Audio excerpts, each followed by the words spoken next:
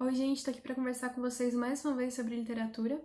Afinal de contas, a gente já falou que literatura é uma das formas que a gente tem de atravessar esse momento, mas também de ampliar os nossos horizontes para além dessa crise e para além das nossas janelas.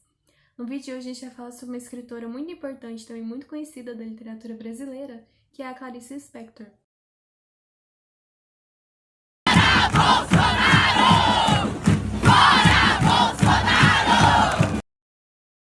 Muitos de nós conhecemos, mas algumas pessoas ainda têm certa dificuldade, acham que é uma leitura difícil, complexa, mas a própria Clarice dizia que compreender a obra dela não é uma questão de inteligência, é uma questão de sensibilidade. É importante conhecer um pouquinho dos estilos de escrita da Clarice, né, alguns recursos que ela utilizava na sua escrita, o fluxo de consciência, por exemplo, que nada mais é do que um convite para a gente conhecer os pensamentos do personagem, o que ele está pensando, refletindo, que ajuda a compreender até como ele encara as coisas que acontecem com ele ao longo daquela narrativa. Também acontecem muitos contos, muitos textos da Clarice, as epifanias, que são momentos em que o personagem se dá conta de alguma coisa que até então ele não tinha parado para pensar, são momentos de descoberta, de iluminação. Além disso, existem alguns temas recorrentes na obra da Clarice. Muitos personagens vão ser mulheres ou crianças. Além disso, existe a presença de elementos como ovo, galinha, baratas, que pode parecer muito estranho e absurdo, mas quando a gente conhece a obra da Clarice, o seu universo, a gente consegue entender por que aqueles elementos estão ali, por que ela está falando sobre eles. Alguns autores vão inclusive falar sobre como a Clarice é uma escritora que busca o indizível, ou seja, colocar em palavras aquilo que a gente não consegue explicar, que a gente sente e pensa, mas não consegue colocar em palavras. Certas críticas à Clarice dizem que ela era uma escritora alienada, que não pensava nas questões sociais e políticas da época dela, o que não é bem verdade. Em vários momentos da própria vida da Clarice, ela demonstra o contrário.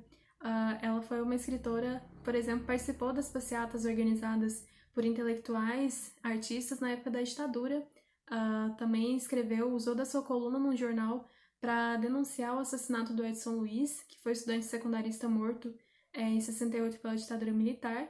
Ela usa o espaço do jornal para se solidarizar com os estudantes, também para escrever uma carta aberta ao Ministro da Educação, por exemplo, denunciando, fazendo críticas à distribuição de recursos para a educação e aos próprios métodos de avaliação do vestibular da época, que leva a gente até a pensar o que a Clarice não pensaria sobre o nosso atual ministro da Educação. Um dos contos mais famosos dela é o Mineirinho, que ela parte de um acontecimento real da época, que é o assassinato de um criminoso com 13 balas.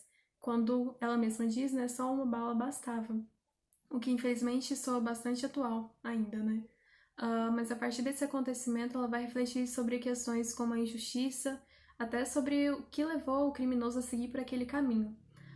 Além disso, tem contos como A Bela e a Fera, que é o encontro entre duas personagens de realidades sociais muito diferentes, em que a partir desse encontro, a personagem de uma classe social mais alta tem uma epifania e começa a perceber a desigualdade social do mundo, a desigualdade econômica, mas que na verdade ela já sabia, todos nós sabemos, mas que poucas pessoas querem de fato enxergar essa realidade e pensar sobre ela de fato. Mas para quem está procurando uma leitura mais tranquila, existem contos como A Felicidade Clandestina, que ela vai falar principalmente sobre o prazer da leitura. Então, uma obra interessante também de contos que inclui esse conto Felicidade Clandestina.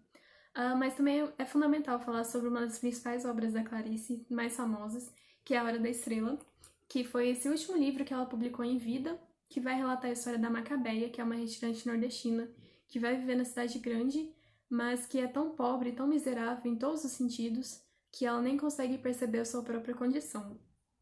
Além disso, a obra acaba sendo também uma grande reflexão sobre a figura do escritor, sobre o processo de escrita, em que através do narrador-personagem Rodrigo S.M., a Clarice vai refletir sobre questões como: será que um escritor pode escrever sobre uma realidade que não é a dele? Será que um escritor pode transformar a realidade a partir do seu trabalho de escrita? Entre várias outras questões fundamentais e muitíssimo interessantes.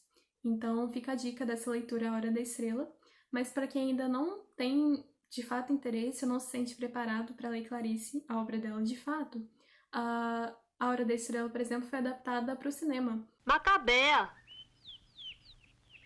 Me desculpe, mas Macabeia parece Desidério.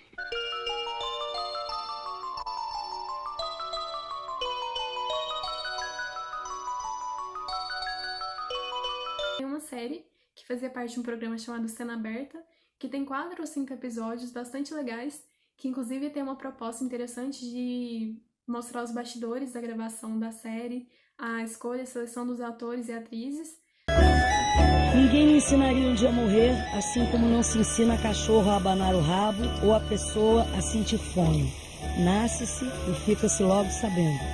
Morreria um dia, como se antes tivesse estudado de cor a representação do papel de estrela. Pois na hora da morte, a pessoa se torna brilhante estrela de cinema.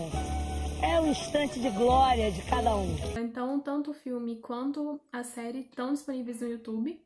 Além disso, o livro A Hora da Estrela e a coletânea de contos Felicidade Clandestina também está na nossa biblioteca virtual do Juntos. Então, estão aí disponíveis para a gente ler durante essa quarentena.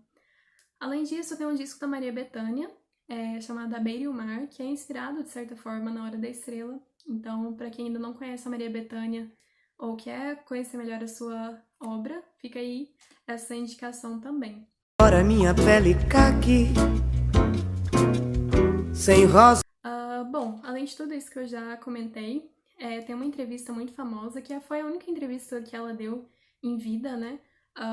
Que é bastante interessante, também está disponível no YouTube, em que a gente consegue ter uma noção melhor, uma dimensão melhor da grandeza do que era de fato a pessoa Clarice Lispector e a sua obra. Clarice teve contato com vários artistas intelectuais na época e teve correspondência com pessoas como Fernanda Montenegro. Então, uma das cartas foi publicada no jornal, inclusive, e está também disponível na internet. E é uma carta belíssima que a Fernanda escreve para Clarice, falando também sobre a questão política da época e como os artistas e a própria obra da Clarice dialogavam com aquele momento e viviam aquele momento. Então, para quem ainda não conhece a Clarice ou ainda tem certo receio, vamos dar uma oportunidade, vamos passar a ler, conhecer melhor a sua obra, a sua importância para todos nós. Então, boas leituras e fora Bolsonaro!